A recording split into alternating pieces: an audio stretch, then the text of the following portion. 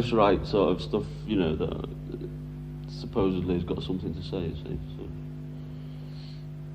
sometimes I forget about that. I mean, that's a good thing. I mean, it's something you've got to remember. You're writing music, and you've got to have a word that puts a chill up everybody's spine and stuff. Doesn't matter what the word is; it's the way you use it with the music. I'm told I use too many words. But do you? I mean, But you see, what I have is a very original approach to writing. You see, because it's not educated, but it's not jargonized. No.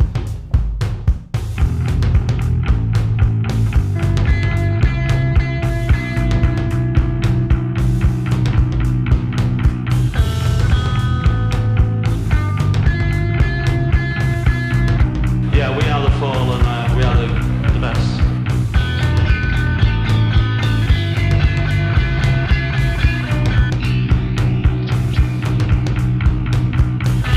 Yeah, we are the fallen, we are the best.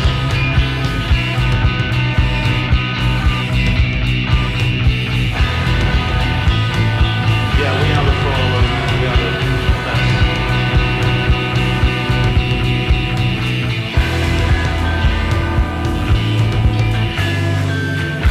Yeah, we are the fallen, we are the best.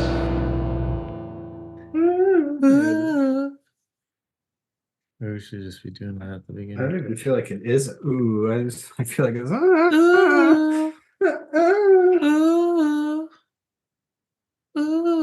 LA. Downtown LA. It just turns into a Randy Newman LA song. Yeah, the production. So know what I was thinking? I was thinking we didn't intentionally do this, but the way that the podcast structure is set up to go through these, it's kind of really nice because we got, we do a full length album, and then we have a little breather of a peel session, right? And a peel session doesn't give us, it gives us just new songs mostly that have not come out yet. So then we get like a little peek into the construction process, and then we get to listen to a bunch of singles that are not on the album, and then we get to listen to another full length, and then we just repeat that process. And I really like that, because if we were just kind of pounding our way through straight discography, it would be a lot. It'd be a lot, and it's like you really want to sit with these albums. You really want to let them marinate, a little bit. I like that. Yeah, it's certainly more relaxing than like, what's next? What's next? Or like, at least it's different than, okay, I gotta get through 12 songs. I gotta do it as fast as I can in a week and be prepared, and then go. Yeah. And then, what I mean, wash, rinse, repeat versus this and that. And then even the side projects that are nice to Yeah. cleanse a little bit as well, where you're like, okay, we can listen to Mhm. something else. Makes you appreciate it more. And you're almost like looking forward. The peel session, you're looking forward, and then you got the singles they could be part of the album. So you almost have like these little puzzle pieces that you're like, ooh, these could be, these are related to this, but they're not the same.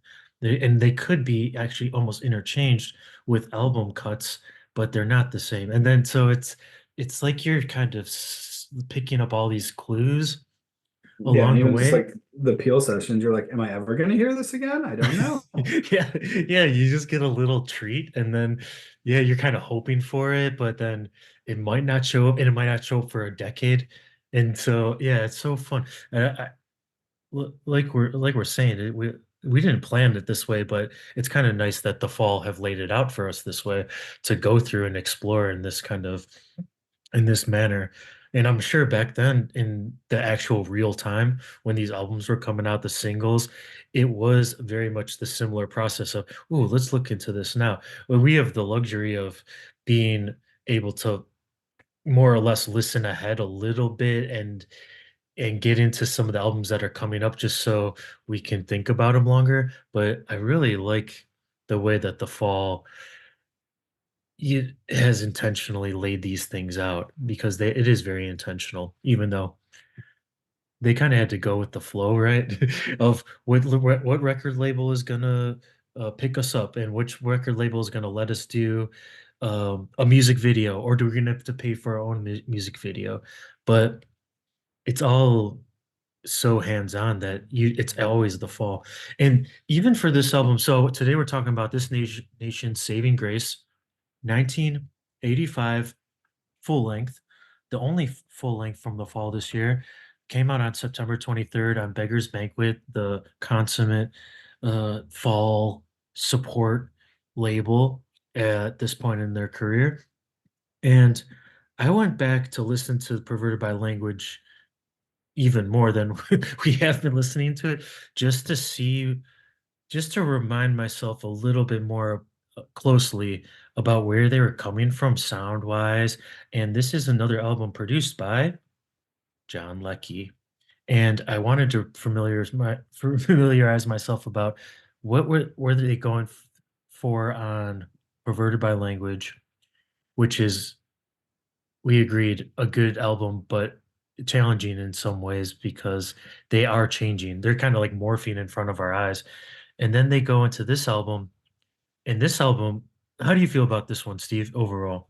I thought it was well put together. It starts out with your favorite type of song, instrumental only. I mean, what a way to start a fall album. No mark at all. I thought musically it was good. It was very good musically, and then lyrically kind of hit or miss for me on some of them where I was, some lacking there where I was like, oh, not as interesting as it could have Mm, been. But musically, I thought it was really well rounded. Just like, yeah, well produced, well kind of put together. I'm with you. This one is, like I said, going back to the Perverted by Language and then comparing it to the sound of this one, it sounded like in Perverted by Language, John Leckie and The Fall were kind of feeling each other out. You could see that there was more actual production in the sounds and just the different type of sounds that they were getting on the album and the variety of tempos changes, and then you could definitely hear everything really well, so it goes to the producer to be making sure it sounds so good. And John Leckie actually started as a sound engineer, so it makes sense that first and foremost he's going to capture the sounds as best he can. I think on this album, the second step that the band has made with John Leckie together, you get to see, you get to hear them actually kind of stepping in stride and stepping together. And I think it very much is, they've gotten on the same wavelength. They know what each other are bringing to the table, and they're actually kind of fulfilling each other's own strengths or building off of each other's strengths. And this is where you get an album that is what I consider probably the most accessible sounding The Fall has been up to this point. And we're what, basically 6 years in of produced material publicly. And this album is just well produced. And I'll get into some of the sound differences from Perverted by Language, because Perverted by Language, you still had sharp guitars, which I just associate with the fall sound. And this one, you get guitars that are more rounded, more warm, more, I don't know, just mixed in better, which I do not really associate with the fall. So who do we have on this, Steve? Yeah, I was gonna say, is that sound coming from our new member, Simon Yeah. Rogers, who Yeah. is playing keyboards, guitar, bass, Yeah. and he's a classically trained musician, which I don't believe any of the other ones are. Yeah. And we lost a Hanley brother, so we have Marky Smith, Brick Smith, Craig Scanlon, Steve Hanley, Simon Rogers, and Carl Burns. Yeah. And Simon Rogers plays bass too, came in playing bass. Steve Hanley is kind of on sabbatical, right? He kind of needed a break, it seemed like. Paul left, and so it's just Carl on drums. It's we'll get into the drumming because we both agree we love the double drummer, right? I mean, who doesn't?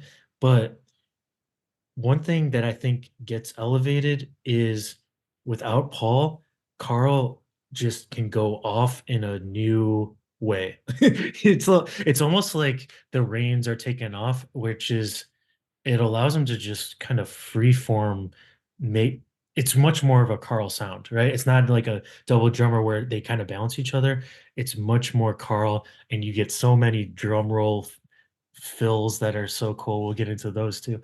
But Simon Rogers, I gotta say, he definitely brought something to the songwriting, and he definitely brought something, I'm just assuming, to the actual sound of the guitars, the bass, the keyboards. I mean, it sounds like he kind of honed it in, and it might have been John Leckie too, just being a little more comfortable figuring out how to work Marky Smith into a functional, productive state where he could kind of make, I don't know, sound decisions, and then Mark would agree with it or forget or something.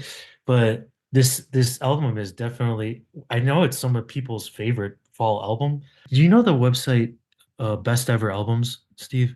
I don't think so, maybe, but Besteveralbums.com. It's basically it culminates, it calculates different people's rankings of certain bands, albums, and different, even eras. But it ranks them based on different people's kind of just rankings of the individual albums.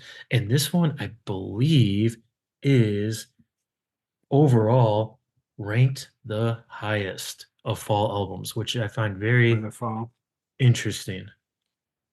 I mean, it would make sense in this, like you said, it is the most approachable. It is the most, I could see the most general listener appreciating it the most versus Yes. having to get in there and understand what's going on a deeper level than just the sound. There's not a lot of abrasiveness on this album. There's not because it is No, so honed in sonically. And yeah, it's no you not know, droning bass riff for 8 minutes and no, you get the repetitiveness on a couple songs, but the repetitiveness is actually somewhat offset because there's an arrangement.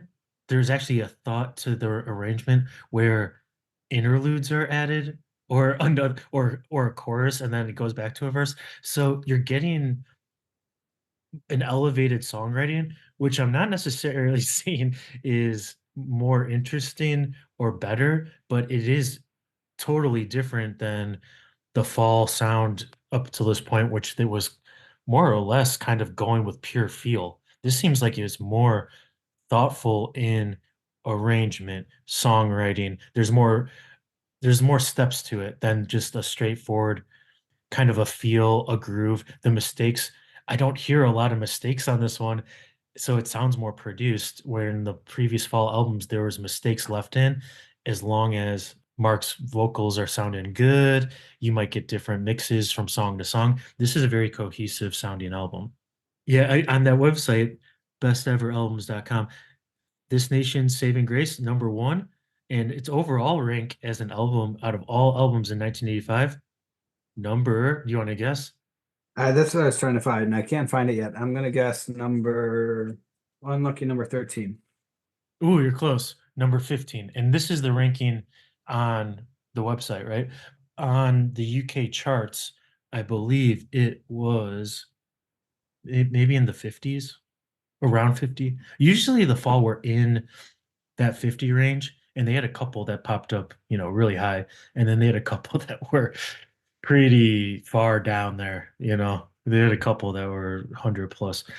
Not that it matters, but that is kind of the signifier of public perception. So, um, and for anyone interested that doesn't want to look it up, #2, best ever ranked album by users on that website is, you got to X guess, Induction Hour. X Induction Hour.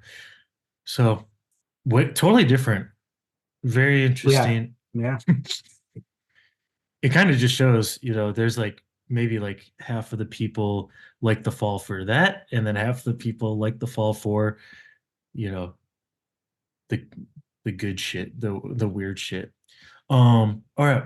So we got the band, we got the band lineup change up, we got the sound change up. I think we should just probably jump in to this new sound. And what are we going to start with here? How are they going to introduce us to this nation's saving grace? Mansion. Mansion.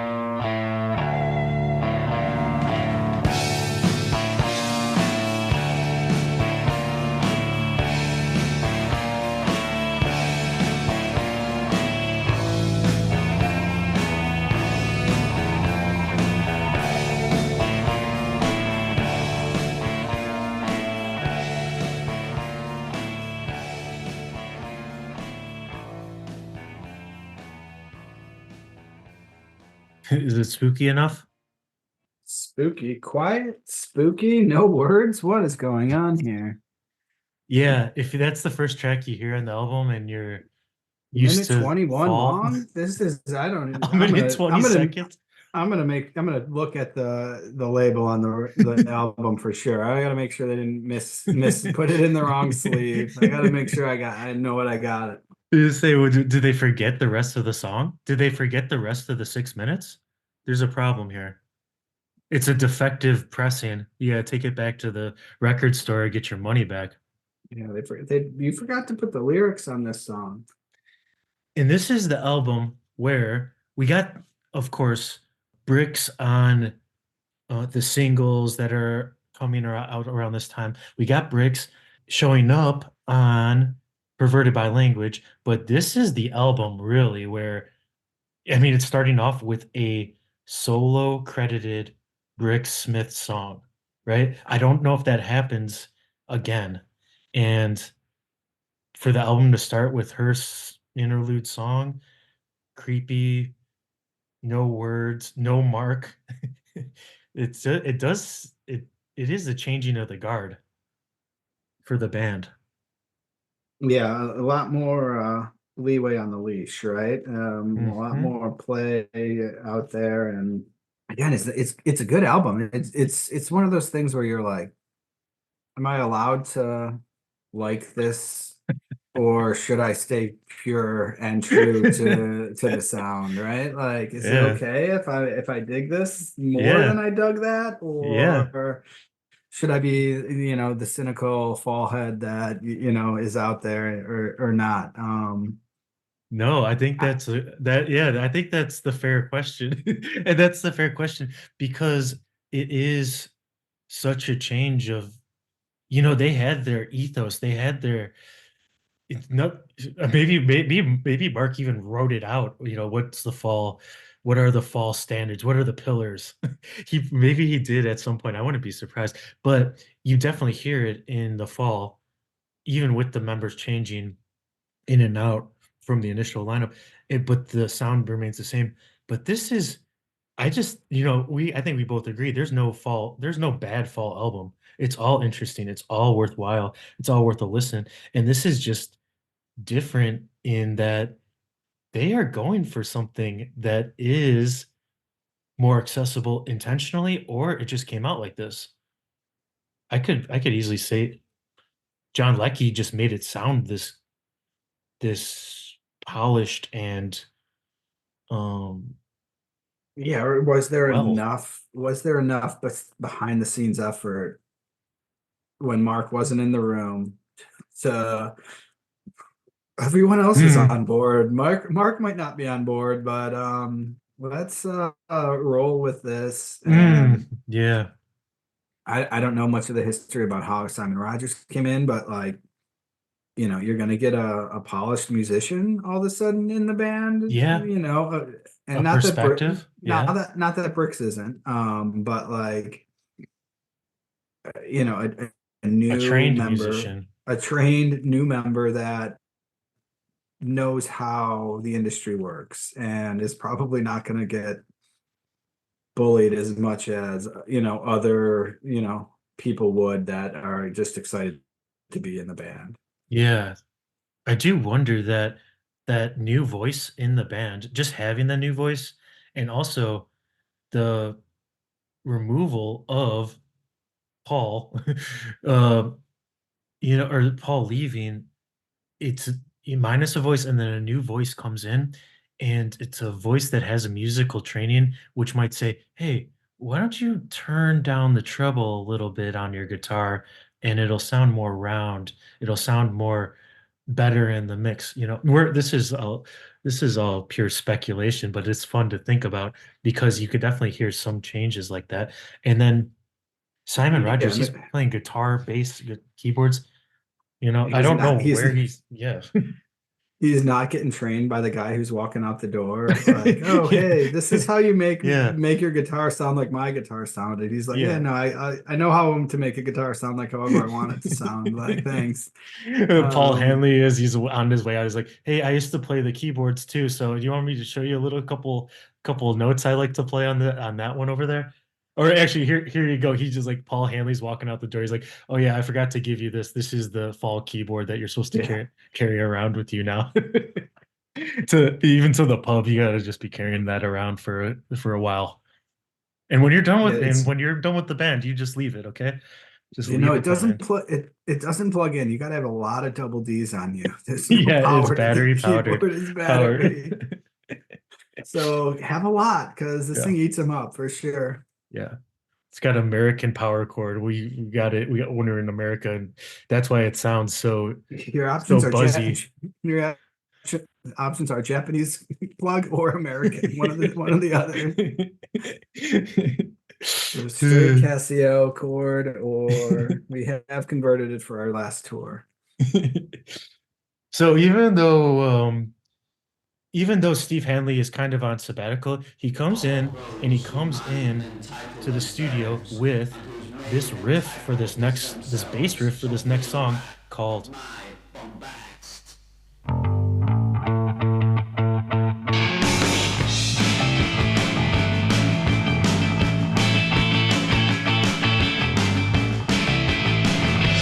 Last hands inclining my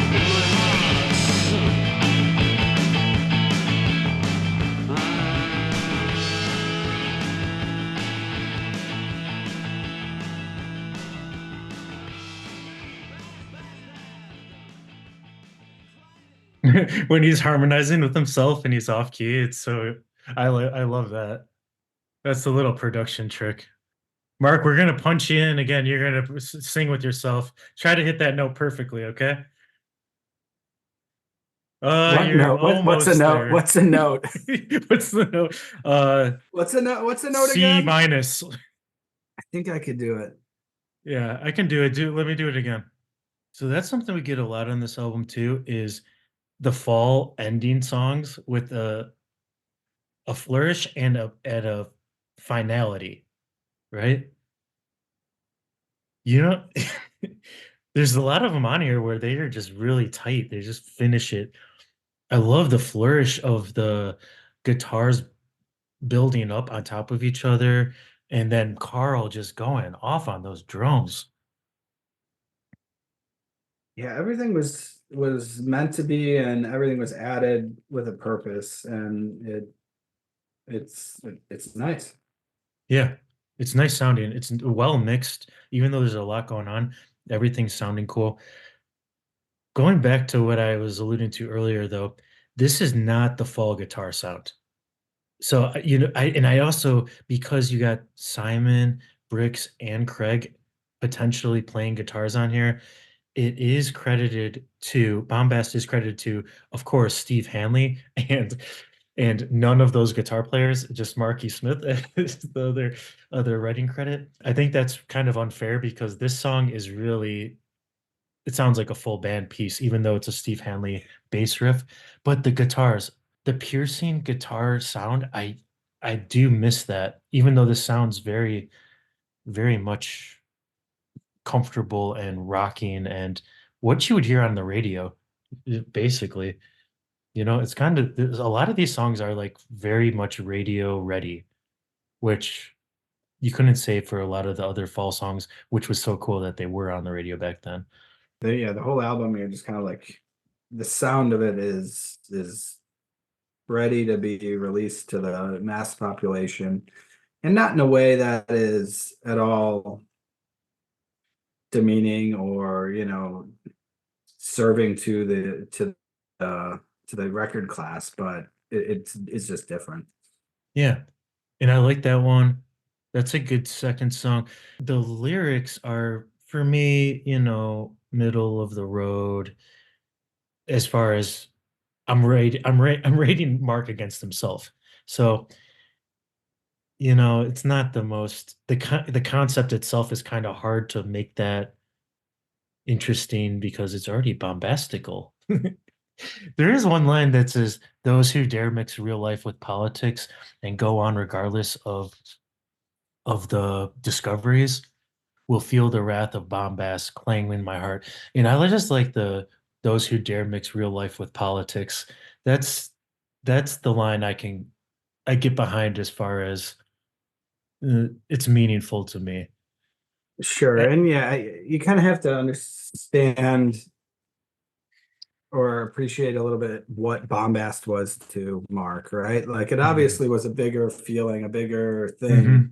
than you can appreciate quickly in the song, because Yeah, that's kind of where it's like, okay, like over and over again you hear it, but it's more of a thing it's than clanging it in his is. heart. It's clanging in his heart, Yeah, you know? Yeah, he's feeling it deeply. yeah, eat death. Yeah, he death. And I can see how he would hear the Steve Hanley playing that big riff, or even Steve Hanley maybe coming in after Simon Rogers is playing bass on a couple tracks. Let's say that happened. And then Steve Hanley comes in and plays the bombast bass riff in the Steve Hanley way, which is, big, big sound. And Mark being like, that one's called bombast. And I know exactly what that's going to be. It seems like it's right off the cuff. Like he knew, he had felt it, he wrote it, or he pulled the lyrics that are right in line with it. Those who dare mix real life with politics, that's that's really good. And I think I also relate that line to the title of the album, "This Nation's Saving Grace," where there's something about it that is what are they talking about, this nation's saving grace? It could be any number of things. It's so good, it's so general, but it's also so stilted. And it's Right? always, and in Mark's world, it's always the fall, right? Like, Yeah, yeah, yeah, we yeah. are, if you pay attention to us enough, you will understand what's making this nation fall apart. Yep. And then if you look at the actual politicians, then you're looking at the wrong people to to either solve a problem or to change things. He's like, you should be looking for like the real We're creatives. real, and we're Yeah. cynical, and we are, We're doing more out. than anyone. Exactly. We're paying attention way more than the rest of you fools are, and Yeah. come to us for the cliff notes here. I also take it as, if you're don't mix real life with politics, and basically don't assume that politics is real life. And don't even have you ever gone to the Mount Rushmore? No, I have no desire, I honestly. was about to say you're fucking missing out on the weirdest place. Yeah. So there's no real reason for anyone to go to Mount Rushmore. It's it's a very bizarre place. I did not enjoy being there when I was only over there because there's two beautiful national parks, Badlands and the Black Hills, that I highly recommend. But if you have to go to Mount Rushmore, you are going to experience the weirdest, and I'm talking very generally because there are probably some good-hearted people there that are there for pure, I don't know, It's curiosity. But most of the people there are straight. They are the people that the politicians are their favorite, uh, their heroes, the people they look up to. So seeing politicians on a fucking mountain is something that they're into, and it's a very weird thing to be into, and yeah, I it's mean, it's it's so I weird. mean, it was just sacred native land that was confiscated and destroyed. Yeah. to carve fucking faces Yeah. into. Like, I mean, The whole time I'm staring up at this fucking thing, I'm looking at it and I'm saying, no one would be great. No one would be slightly better than these four heads up here. The actual fucking mountain, the yeah, actual exactly. mountain up there, Uh-huh. Yeah. that That's would be what slightly better. And all these fucking American flags just around us for no reason. Why?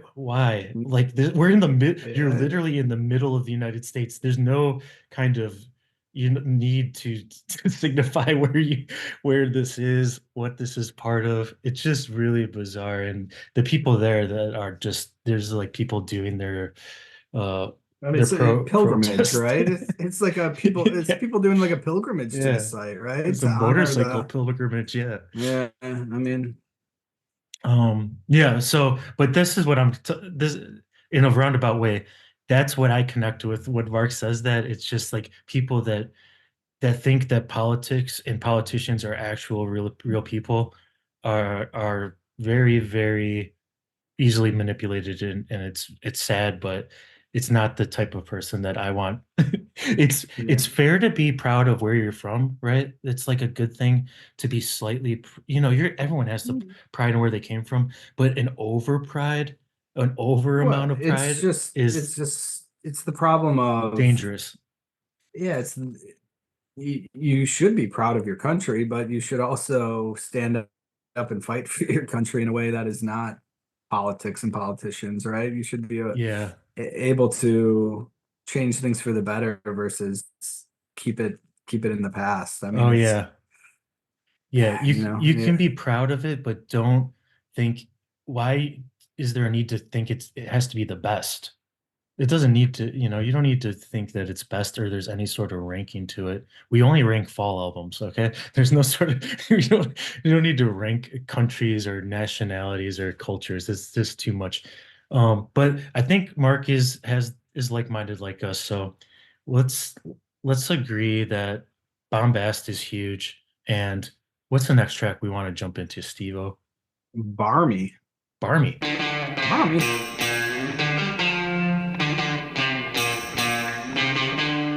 Out of England, I dream of its creamery.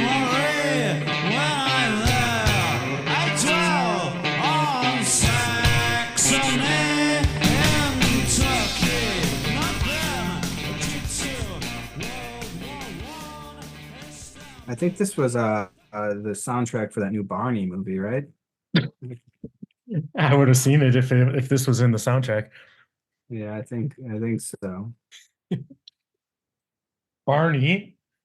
Yeah, Barney the Purple Dinosaur. Yeah, they just did a biopic on how I think A horrible he was. I'm not really biopic. sure. A Yeah, biopic on biopic. how creepy Barney was in reality. It was a weird thing. We're gonna have a lot of our fall heads that are not American being like Barney. Are they saying Barney? Barmy? It's an orange dinosaur, or it's a purple Purple. He's a dinosaur. purple dinosaur. It's a Yeah, purple dinosaur that you don't need to know about if you don't know about it already. You ever get Barmy? Barmy. Barmy. You know what it means. It is You mad, crazy, extremely foolish. acting like a goofball. Yeah, thought I was going Barmy at first. Does that song make you feel like This that? is a Barmy decision, according to Oxford. Just being silly, a silly goose. This one of your favorite songs? Yeah, This is I one of the mean, top cuts. it's I think so. Would you say it's I five think minutes so. 20 seconds? It's 5 minutes 20 5 seconds. minutes 20 I think you're seconds. just gonna say, yeah, I like it because It's it's the the length. right number. It's the right amount, the right length of time. So this one starts with this is not one of my favorites, but it's not a bad song because has a lot of interesting components in there, which make me want to re-listen to it. So it starts very much like with concepts that and topics that Mark likes, right? So you get some globe trotting, you get Turkey, Istanbul. You're in Istanbul because it's my birthday, and then I've been doing World War I, so we already got the army. We got the World War battle, we got some globe trotting. But the thing that makes this song interesting to me is it has this reoccurring interlude, right? With this buildup of the guitar layers. And this is just like a little new trick that the Fall is doing repeatedly on this album, which is cool in different ways. It keeps my, I don't know, it keeps me like extremely hooked into it because it switches up like that on a dime, and it's quick switch, and I like that. And even at the end, you notice that two-note piano that's kind of like a Yeah, high on the high end of yeah, the piano. Yeah, exactly. yeah, it reminds me of a little bit of the Stooges, kind of a single note piano for the Stooges, but it's a great little thing you don't hear that much in the Fall, and I like that they put it in here. So there's a lot of things I like about this song, and one good line that I like too is friends disintegrate within circles of cash, residue after years of the fab genius. That's doing it for me. Oh, some of these other lyrics are a little bit. He's got everything he wants, except for the Money, cash. the cash. And also, he's hungry at times. He's hungry for the money. It's Mark in his lane, right? World War One, like you're saying.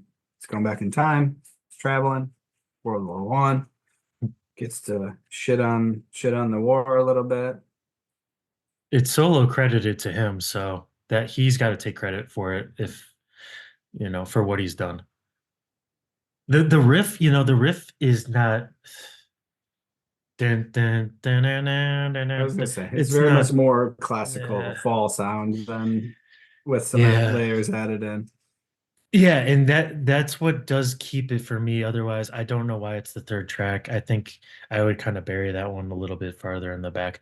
And actually, you know what? I think I read that that track was switched out with Cruiser's Creek for the US version, I believe, which if that's the case, I think that was a wise decision. Yes, some overseas pressings of the LP replaced Barmy with Cruiser's Creek, the full single version. Okay, we're not the only ones that would have preferred a different, maybe Yeah. something slightly more um, fulfilling. Well, let's move on though, and let's move on to something that we need called What what you need? "What You Need, Mate."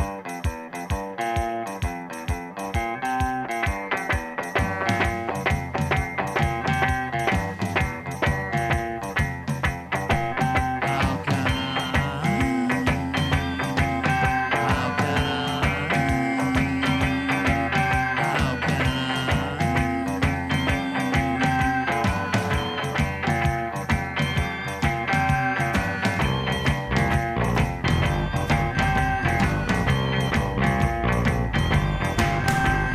Get up! Make a bar! Get up! Make a bar!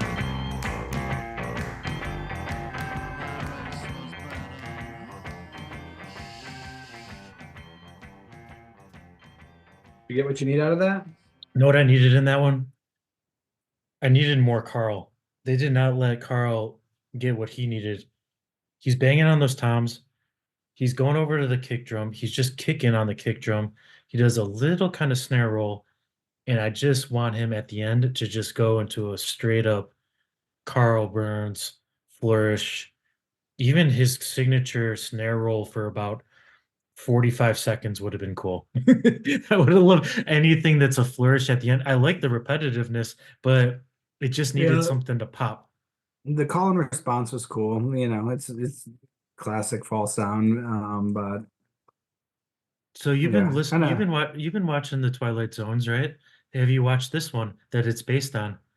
So, or somewhat inspired by the episode "What You Need." I don't know. Let's see if I've seen that one. So, what you need is it seems like it's a story of a psychic who, of course, Mark is going to love this, right? A psychic who basically gives the people that he's interacting with, he gives them kind of the items or the things that they need for the near future or something they need in their life. Yeah, and it's all of the repercussions of those things. No, I haven't got there yet. I'm close. Up season 1, episode 12. I'm close. I did watch one where a guy was Fate. Essentially, he was a street seller. He had his, an old-timey truck that was a street seller, and his name was, whatever it was, John B. Fate or something like that. And he gave them what they needed as well in the moment. So I was a little bit mixed up, but no, I haven't seen that one yet. Sounds like What you need? Sounds like the Dice Man. I mean, it's just kind of Mark tearing people apart. I kind of like what Mark had to say about rough trade, and when he mentions Jeff Travis, who was a rough trade guy, he just says they were soft, boring hippies who, just bitching about his lyrics. Well, this person complained about that, and he basically says it's not rough trade policy to be supporting fucking. And I'd go, what the fuck has it got to do with you? Just sell the fucking record, you fucking hippie. I think we said it a couple episodes back, but it's just like, it is amazing how the language is clean in all of the songs, and yet any interview you hear with Mark, it is laden with it is a colorful interview for sure. Yeah, even in the earlier tracks on this album, he's the most risque he gets is wiping his butt, or they give him a medal, like the company gave him a medal, and he said, that's what I wipe my butt with, or something along those lines. And I'm like, get him, Mark, you get him. I like that.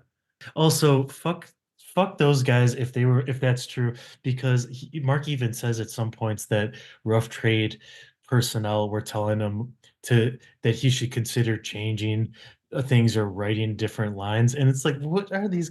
That's like the pure record executive, and I don't know. It's kind of, I just find it hard to believe anyone would. I guess when he's a young dude, like he's just a young dude, they might have been a little bit senior in their age to be like, oh, I could tell this guy how to, write a better hit song or something like that. Or just used to people kowtowing to him and doing what they asked, right? Like, okay, that's fine, sir. I can make it a little different. Like, I can try that out. We can go back in the studio and do that again. We can mix it differently. What you need. There's a lot of songs on this album that are talking about outward consumerism and like outward presentation of things that you need in order to look successful. Like later we're going to get to My New House, which I know is based on Mark's and Brick's getting the actual house, but I don't take it that way. I mean, I take it more of, these are the things you need to see. These are the things you need to show off. These are the things you need in order to have a successful life. And there's a couple points already in this album track list where you get that vibe where Mark he's playing the kind of the character that's at the podium, kind of talking down to you, right? And saying, this is what you need. These are the things that you should have. This is the way that you should run your life. And just trying to save the nation. Yeah. Oh, those decisions will save the nation, right? Those decisions you make to be a consumer will change the whole economics of this, whatever country you're in.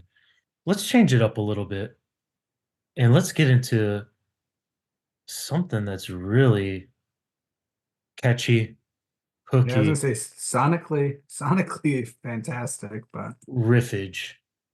Simon Rogers riffage. Spoilt Victorian Child.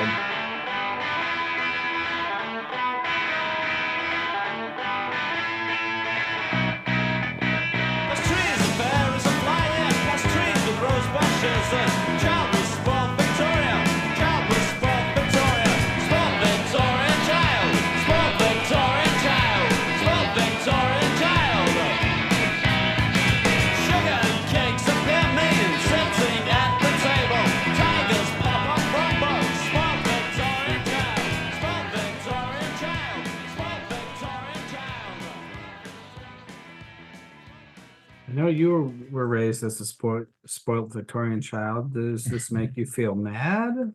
Singing about you? Yeah, all the spoiled Victorian children, when they heard this song when it came out, they were all so pissed off. Fucking, how could you do this to me? How could you do this to us? They're just tantruming. These little And they- these little kids with like white wigs, powdered wigs. Yeah, what is this? The Victorian era, 1837 and 1901. So yeah, maybe one of them was alive still. Yeah, maybe.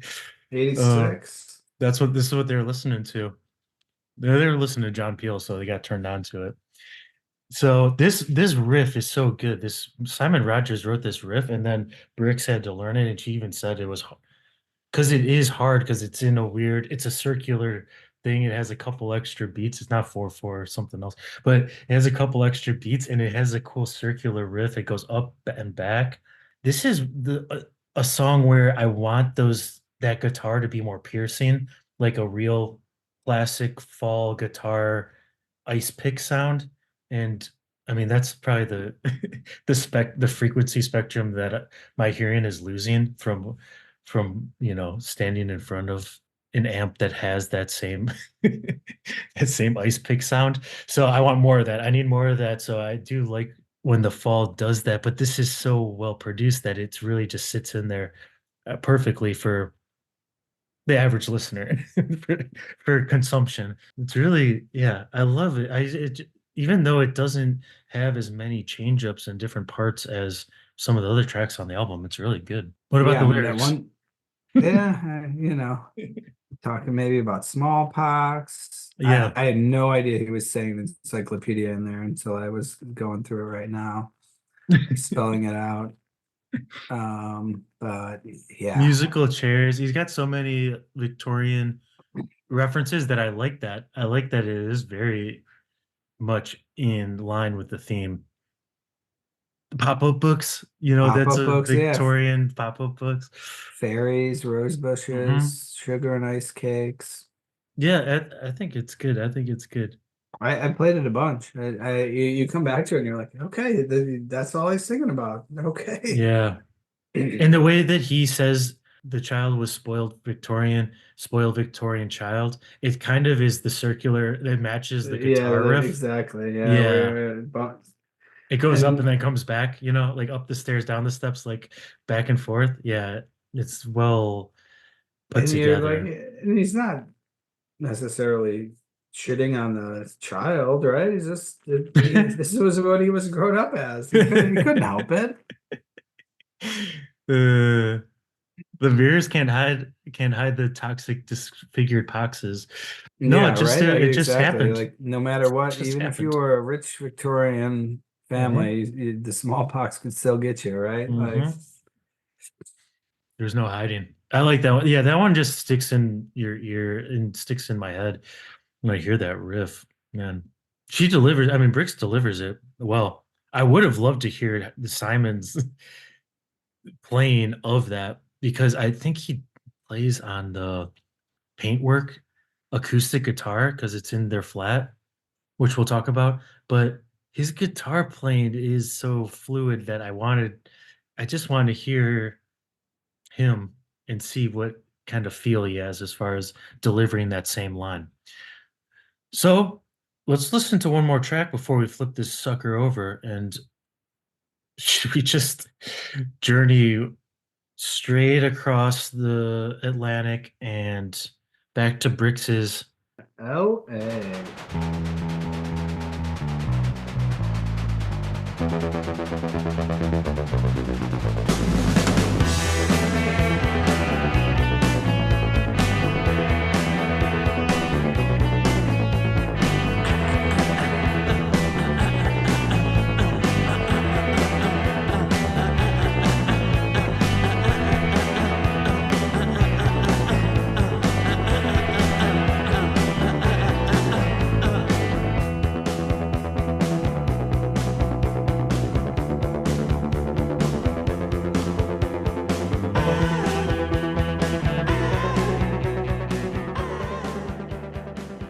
What does that stand for?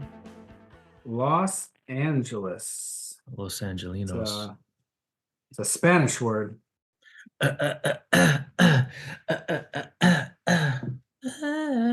I really like that synthesizer though, because I never heard that on a fall song really like that way, that arpeggiated synthesizer.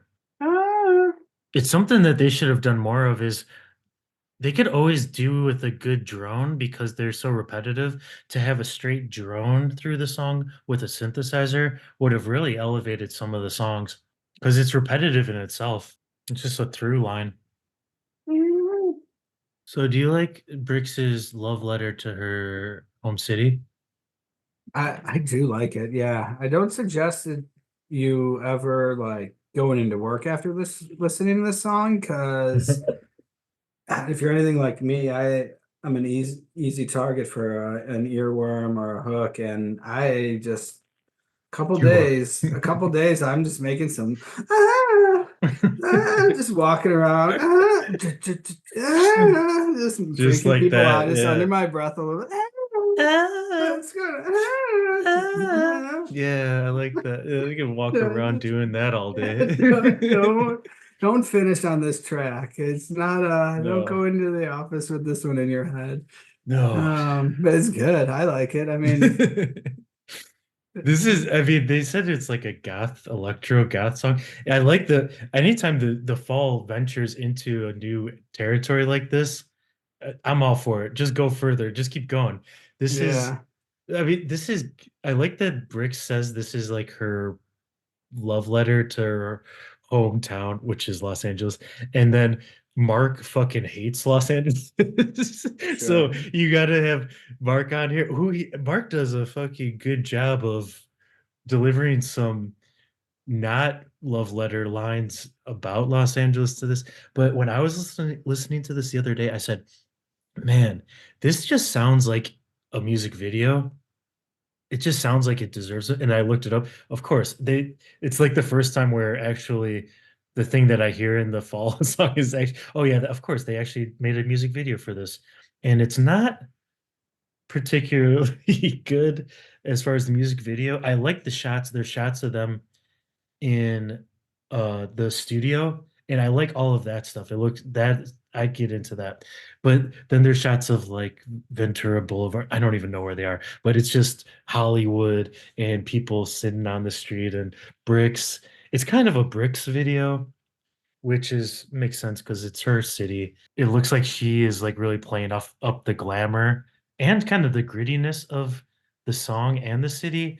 It's not they could have done something. It deserves a music video just for the sound of it. It's ready. It's ready for MTV. Like this is just a straight up ready for MTV song, isn't it? It's Yeah. very accessible. It's very much, I don't know. I could be listening to this late at night at 1 in the morning on it's like on TV. Yeah, definitely. It's That's good. synth. It's fun. The synth, I need more synth like that. the little helicopter sounds, and yeah, it's Yeah. I don't know. It's like an This is arpeggiator thing. Yeah, yeah, like yeah, helicopter. Yeah, it does have a helicopter effect, which is very fitting to Los Angeles, right? With all the news choppers and yeah, when that's what they flying said is like a around. helicopter chase looking for criminals, like things like Mm, that. yeah, Yeah, like sort of that's that good. feeling from LA that she had. And even just her, like, she's just like quietly in the background. This is my happening, and it freaks me out. Like, just like this is it. This is my world, and it's Yeah. fucking freaky. I don't know Yeah, if it is freaky. I think right. even Marky Smith said he said his impressions of Los Angeles where he hated it. It's a horrible town. If you like beer, you're regarded as a tramp. And then he said Los Angeles is more haunted than any old place. It's like haunted in just its pure characters or like people that are just, you know, they're there, but they're not really there. I was just I say, like yeah. that a lot. So I feel like it's just the place that like dreams go to die, right? Like how many people have Yeah. have gone there Yep. to seek glory and fame or just an escape, and Hmm. it's not what it is. No. Or also the pretending that you are living that, but then on the inside, it's just like completely a haunted place. It's hollowed out. Oh yeah, It's just filled with all sorts of weird kind of cobwebs and bats and freaky, just bag of bones. The outside is plastic, inside's deteriorating. It gets the vibe across. It's cool. It does. I was gonna say yeah. it So poppy. perfectly encompassed LA. If that's it, like as far as an LA ballad goes, like I'll go number one for that. If you want to, if you're describing LA and here, what is LA like? Here, just listen to this one.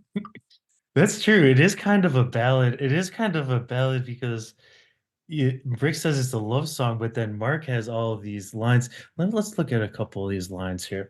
Let's see, because Mark throws in some lines that are. I mean, there's not very many lines, but No, there's couple. not very many lines in general. Bushes are in disagreement with the heat. And Brick says that when Mark says bushes are in disagreement with the heat, that he's talking about, even the bushes are talking to each other about the heat, but I don't take it as that. I take it as something else. I take it as alternate meaning, but I don't know. You can read into it however you want. That's my interpretation. And then they have filled boulevards with white snow scumball. And I think we can know what that is referring to. Drugs and scum, drug drugs and grime. This is my happening and it freaks me out. Oh yeah, and then Brick says that line, "This is my happening and it freaks me out," is from her favorite movie, which is Valley of the Dolls or Return of the Valley of the Dolls. And yeah, that's been a main influence in her life as well. All right. Oh, what's that? The end of the album. End of side A. End of side A. That was fun.